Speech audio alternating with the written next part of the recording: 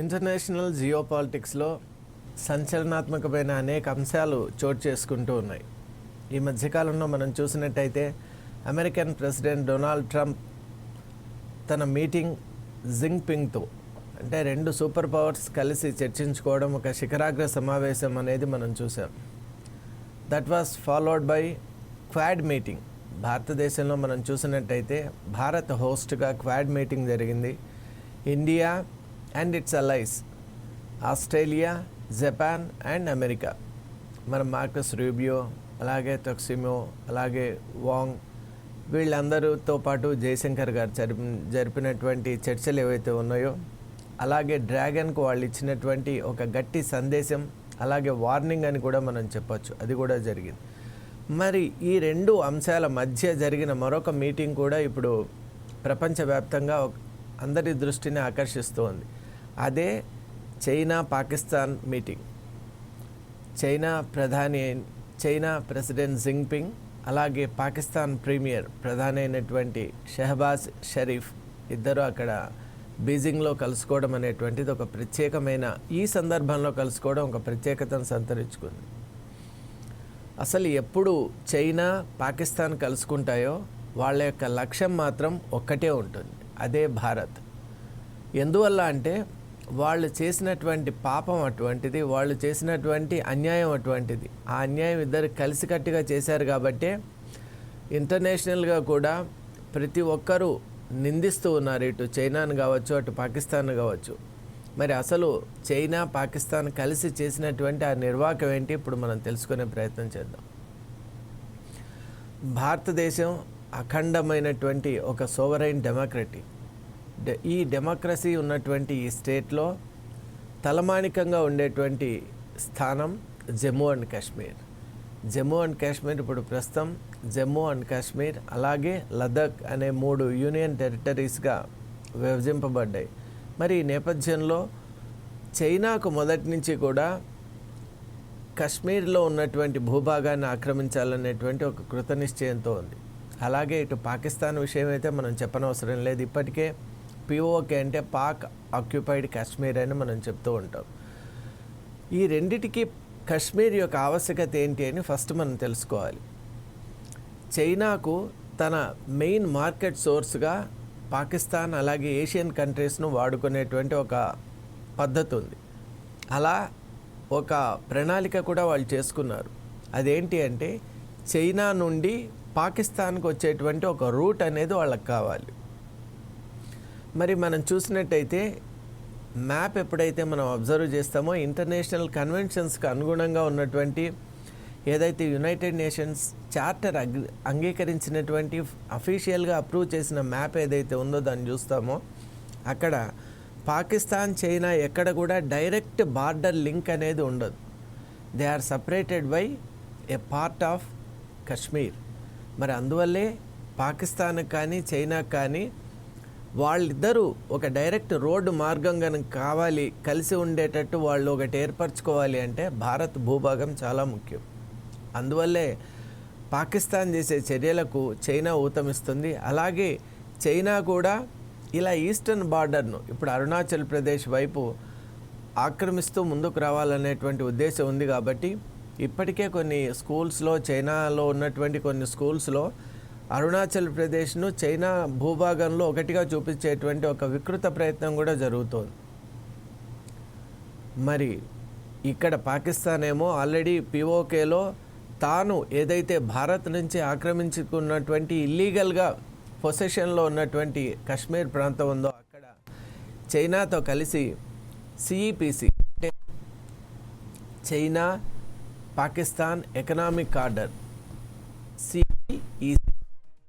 మరి China Pak economic కార్డర్ యొక్క ఉద్దేశం ఏంటి అంటే ఒక $multi-billion ఇన్ఫ్రాస్ట్రక్చర్ ప్రాజెక్ట్. అది మనకు అందరికీ తెలుసు. చైనా అన్య దేశాలని, ముఖ్యంగా వీక్గా ఉన్నటువంటి దేశాలని ఎలా ఆక్రమిస్తుందో, అది ఒక పెక్యులియర్ ఒక పాలసీని పెట్టుకునేది.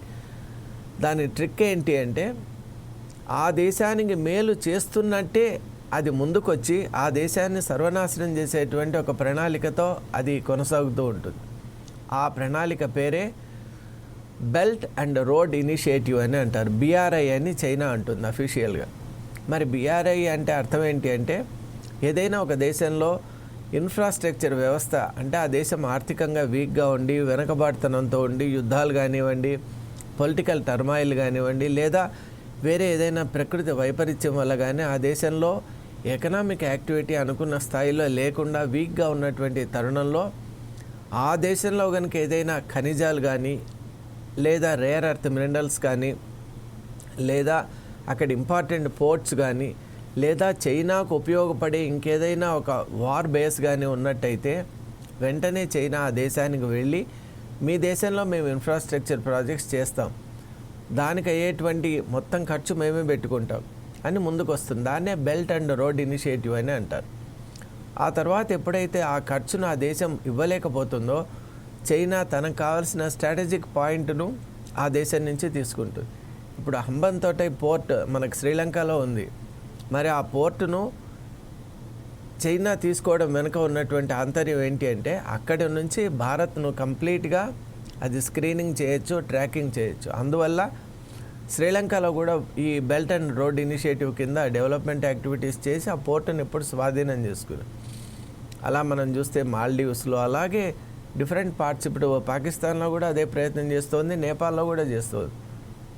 మరి ఈ నేపథ్యంలో షెహబాజ్ షరీఫ్ ఎప్పుడైతే ప్రెసిడెంట్ ఆఫ్ PRC అంటే పీపుల్స్ రిపబ్లిక్ ఆఫ్ చైనా జింగ్పింగ్ని కలిశారో, వాళ్ళిద్దరి మధ్య అనేక రకాలైనటువంటి మీటింగ్స్ జరిగాయి. అలాగే ఇరు దేశాల్లో ఉన్నటువంటి అభివృద్ధి గురించి, అలాగే ఇరాన్లో ఉన్నటువంటి యుద్ధం గురించి, అలాగే అబ్రహాం అకార్డ్స్ ఏదైతే ట్రంప్ ప్రతిపాదించినటువంటి దాని గురించి, అలాగే ఇంటర్నేషనల్గా జరుగుతున్న అనేక యాక్టివిటీస్ గురించి మాట్లాడుకున్నారు. కానీ వాళ్ళిద్దరి మధ్య ఉన్నటువంటి ఒక కామన్ అజెండా ఏంటి అంటే, దట్ ఈస్ కశ్మీర్. ఎలా అయినా సరే భారత్లో ఉన్నటువంటి కశ్మీర్ గురించి ఇద్దరు, ఆ రెండు దేశాలు కూడా పోటీ పడుతున్నాయి. ఎందువల్ల? వాళ్ళకు ఒక కామన్ కారిడార్ కావాలి. అలాగే ట్రాన్స్ బౌండరీ వాటర్ విధానం గురించి కూడా వాళ్ళు మాట్లాడారు. మరి రెండిటి గురించి ఎప్పుడైతే వాళ్ళకు జాయింట్గా సంయుక్త ప్రకటన అనేటువంటివి చేశారో, భారత ప్రభుత్వం మినిస్ట్రీ ఆఫ్ ఎక్స్టర్నల్ అఫైర్స్ తీవ్రంగా ఖండించింది. దానికి కారణం ఏంటి అంటే, అసలు భారత్ భూభాగం గురించి మాట్లాడేటువంటి లోకస్ స్టాండీ అని మనం లాలో అంటాం. లోకస్ స్టాండీ రెండు దేశాలకు లేదు. ఇప్పుడు మనం చైనాలో బీజింగ్ గురించో, లేదా చైనా వాళ్ళు చేసే దురాగతాలు, ఇప్పుడు టిబెట్ అనే దేశాన్ని ఆక్రమించుకున్నాయి. మరి ఆ దేశం గురించి మాట్లాడటం మనం మొదలుపెట్టినప్పుడు చైనా మనకు వార్నింగ్ ఇస్తుంది, మీరు టిబెట్ గురించి మాట్లాడటం సమంజసం కాదు. అలాగే లామా యొక్క సక్సెసర్స్ గురించి మాట్లాడటం సమంజసం కాదు, అది చైనా యొక్క అంతర్గత వ్యవహారం అంటూ వెనక్కేసుకొని వస్తుంది. అలాగే ఎప్పుడైతే భారత్ తైవాన్ గురించి మాట్లాడుతుందో, అమెరికా మాట్లాడుతుందో, లేదా వేరే ఏ దేశమైనా మాట్లాడుతుందో తైవాన్ గురించి, వెంటనే చైనా ముందుకు వచ్చి ఖండిస్తుంది. అది మా ఇంటర్నల్ అఫైర్స్కి సంబంధించింది, తైవాన్ మా భూభాగమే, కాబట్టి వేరే దేశాలు మాట్లాడటానికి వీలు లేదని అంటుంది. మరి మీకు ఇంటర్నల్ అఫైర్స్ ఎలా ఉంటాయో, మీ భూభాగం గురించి మాట్లాడితే మీకు ఏ విధంగా మీరు రియాక్ట్ అవుతున్నారో, భారత్ పరిస్థితి కూడా అదే కదా. కశ్మీర్, జమ్మూ కాశ్మీర్ అనేటువంటిది అది భారత భూభాగం. ఎవ్రీ ఇంచ్, ఈరోజు కొంత భాగం మనం కోల్పోయి ఉండొచ్చు, కానీ every inch of it is hours. అందువల్ల భారత ప్రభుత్వం కూడా గట్టిగా ఒక రిబటల్ అంటే దానికి ఒక రియాక్షన్ ఇచ్చింది. మీరు ఎలా అయితే మీ ఇంటర్నల్ అఫైర్స్ గురించి మాట్లాడితే మీరు సహించారో, అలాగే భారత్ కూడా తన internal affairs, Jammu and Kashmir అనేది తన ఇంటర్నల్ పాలసీ మ్యాటర్, మరి దాని గురించి మాట్లాడటం సహించమని ఒక గట్టి వార్నింగ్ ఇచ్చింది. ఎందువల్ల అంటే పాకిస్తాన్ అలాగే చైనాకు UN చార్టర్, అలాగే UN బ్రోకరేజ్, వీటి ద్వారా మీరు ఈ యొక్క ఏదైనా చర్చల ద్వారా ద్వైపాక్షికంగా ఈ కశ్మీర్ సమస్యను మీరు సాల్వ్ చేసుకోవాలని హితవు పలుకుతోంది. మరి యాక్చువల్గా మీరు అదే పని, ఇప్పుడు చైనా అదే పని తైవాన్తో చేయొచ్చు కదా. ద్వైపాక్షిక చర్చలు మీరు తైవాన్తో ఎందుకు చేయరు? టిబెట్తో ఎందుకు చేయరు? టిబెట్ని ఎందుకు ఆక్రమించుకున్నారు? అలాగే మీరు మిగతా దేశాలను ఎందుకు ఆక్రమిస్తూ ఉన్నారు? అలాగే సౌత్ చైనా సీని కంప్లీట్గా మీరు ఎందుకు కబళించే ప్రయత్నం చేస్తున్నారు? మరి ఈ ప్రశ్నలు చైనాను కనుక అడిగితే దానికి సమాధానం ఏమిస్తుంది చెప్పండి? ఏ సమాధానం ఇవ్వలేదు. ఎందుకంటే అన్ని చోట్ల అది అన్యాయంగా ప్రవర్తిస్తుంది. తను అన్యాయంగా ప్రవర్తిస్తూ భారత్ న్యాయంగా తన భూభాగాన్ని గురించి మాట్లాడవద్దని చెప్పినా, పదే పదే హెచ్చరికలు చేసినా కూడా మళ్ళీ పాకిస్తాన్తో కలిసి మరొక మారు సంయుక్త ప్రకటన చేసింది. కాబట్టి చైనాకు తన బుద్ధి అనేటువంటిది ఇక మారదు అని భారత్ గ్రహించింది.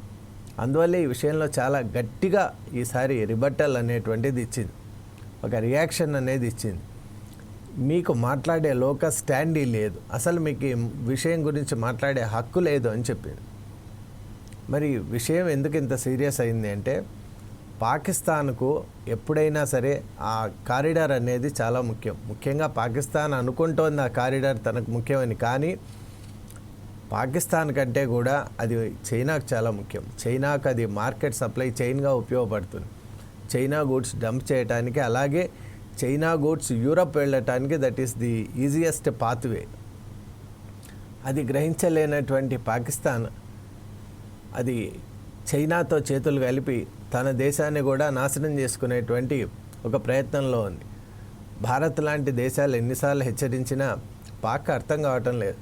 ఏదో చైనా వల్ల తాను మెప్పు పొందుతాను, లాభం పొందుతాను అనుకుంటోంది. కానీ డ్రాగన్ పాలసీ ఎంత కన్నింగ్గా ఉంటుందో, డ్రాగన్ అంటేనే అది ఇంకొకరిని ఏ దేశాన్ని కూడా వృద్ధి చెందనివ్వనటువంటి దేశం చైనా. కాబట్టి ఖచ్చితంగా స్వప్రయోజనానికే దానికి పెద్దపీట వేసే దేశం. కాబట్టి ప్రపంచంలోనే చైనా అంటే ఒక ట్రస్టెడ్ నేషన్ కాదు అనే పేరుంది. మరి అటువంటి చైనాతో చేతులు కలిపి భారత్ని ఏదో సర్వనాశనం చేయాలనేటువంటి ఒక ఆకాంక్షతో ముందుకు వెళ్తోంది. కానీ పాక్ అనుకున్న రీతిలో ఎప్పుడు కూడా జరగదు. ఎందువల్ల అంటే భారత్ తన ఎవిడెన్షియల్ ఒక మెటీరియల్తో మాట్లాడుతోంది. కశ్మీర్, జమ్మూ అండ్ కాశ్మీర్ అనేది it's an integral part of India అని స్పష్టంగా నిరూపణ చేసుకొని, అది ఇయర్స్ ఇప్పుడు ఏన్షియంట్ హిస్టరీస్ కానివ్వండి, మనం ఏది తీసుకున్నా కూడా మనకు చరిత్ర ఉంది, మనకు సంప్రదాయం ఉంది. కశ్మీర్ అంటే అది భారత భూభాగం. అక్కడ వసుగుప్తుడు, అలాగే కశ్మీరీ శైవిజం, అలాగే సర్వజ్ఞ పీఠం ఇవన్నీ ఉన్నాయి. కాబట్టి అక్కడ శారదామాత టెంపుల్ ఉంది. అక్కడ ఉన్నటువంటి హిందూ కల్చర్, అలాగే అక్కడ ఉన్నటువంటి హిందూ కింగ్స్ వాళ్ళు రచించిన గ్రంథాలు, కల్హణ లాంటి గొప్ప గొప్ప మేధావులు, కవులు అక్కడ రచించిన గ్రంథాలు ఇవన్నీ ఉన్నాయి. కాబట్టి స్పందకారికల్ లాంటి అద్భుతమైన గ్రంథాలు వచ్చినటువంటి ల్యాండ్. కాబట్టి కశ్మీర్ అనేటువంటిది ఈరోజు మనం చూసిన కశ్మీర్ కాదండి, అది భారత సంస్కృతికి అతిపెద్ద ఒక స్థానం, ఒక పీఠంగా మనం పేర్కొనవచ్చు. మరి అటువంటి దాన్ని ఈరోజు పాపులేషన్ వైజో లేకుండా స్వప్రయోజనాలు, వెస్టెడ్ ఇంట్రెస్ట్ వల్ల అది మిగతా వాళ్ళకి సంబంధించింది అని అసలు పాకిస్తాన్ చేయని దురాగతం లేదు. ఈరోజుకు మనం చూస్తున్నాం పుల్వామా దాడి, అలాగే పహల్గామ్ దాడి, ఇలాగే మనం చూస్తే ఢిల్లీ బ్లాస్ట్, ఇలా టెర్రరిస్ట్ గ్యాంగ్స్ను, బ్యాండ్స్ను కంటిన్యూస్గా భారత్ పైకి ప్రవేశపెడుతోంది. దాని లక్ష్యం ఒకటే, భారత్ సుస్థిరంగా ఉండేటువంటి భారత్, శాంతియుతంగా ఉండేటువంటి భారత్, అఖండంగా ఉండేటువంటి భారత్ అన్ని విధాలుగా కూడా నష్టపోవాలి, అన్ని విధాలా కూడా దెబ్బతినాలి. కానీ సంకల్ప శక్తి, భారతీయుల్లో ఉన్నటువంటి చైతన్యం అటువంటి ఉపద్రవాలు కాకుండా కాపాడుతూ వస్తుంది. ఈరోజు కూడా మనం చూసినట్టయితే చైనా చేసే ప్రయత్నం, పాకిస్తాన్తో కలిపి చైనా చేసేటువంటి కుట్రను యావత్ ప్రపంచం కూడా అర్థం చేసుకునేది. ఈ ఎకనామిక్ కారిడార్ అంటే కేవలం అది ఒక షార్టెస్ట్ రూట్ టు యూరప్, అలాగే ఒక డంపింగ్ యార్డ్ లాగా పాకిస్తాన్ వాడుకోవటానికి అని ప్రపంచ దేశాలకు అర్థమవుతోంది. మరి అందుకే ఏ దేశం కూడా చైనా చేసే ప్రతిపాదనలను అంగీకరించే స్థితిలో లేదు. అందుకే భారత్ గట్టిగా, ధాటిగా, ధీటుగా సమాధానం ఇచ్చింది, ఇస్తుంది కూడా. ఎందువల్ల అంటే జమ్మూ అండ్ కాశ్మీర్ అనేది అఖండ భారత్లో అంతర్భాగం కాబట్టి. Thank you.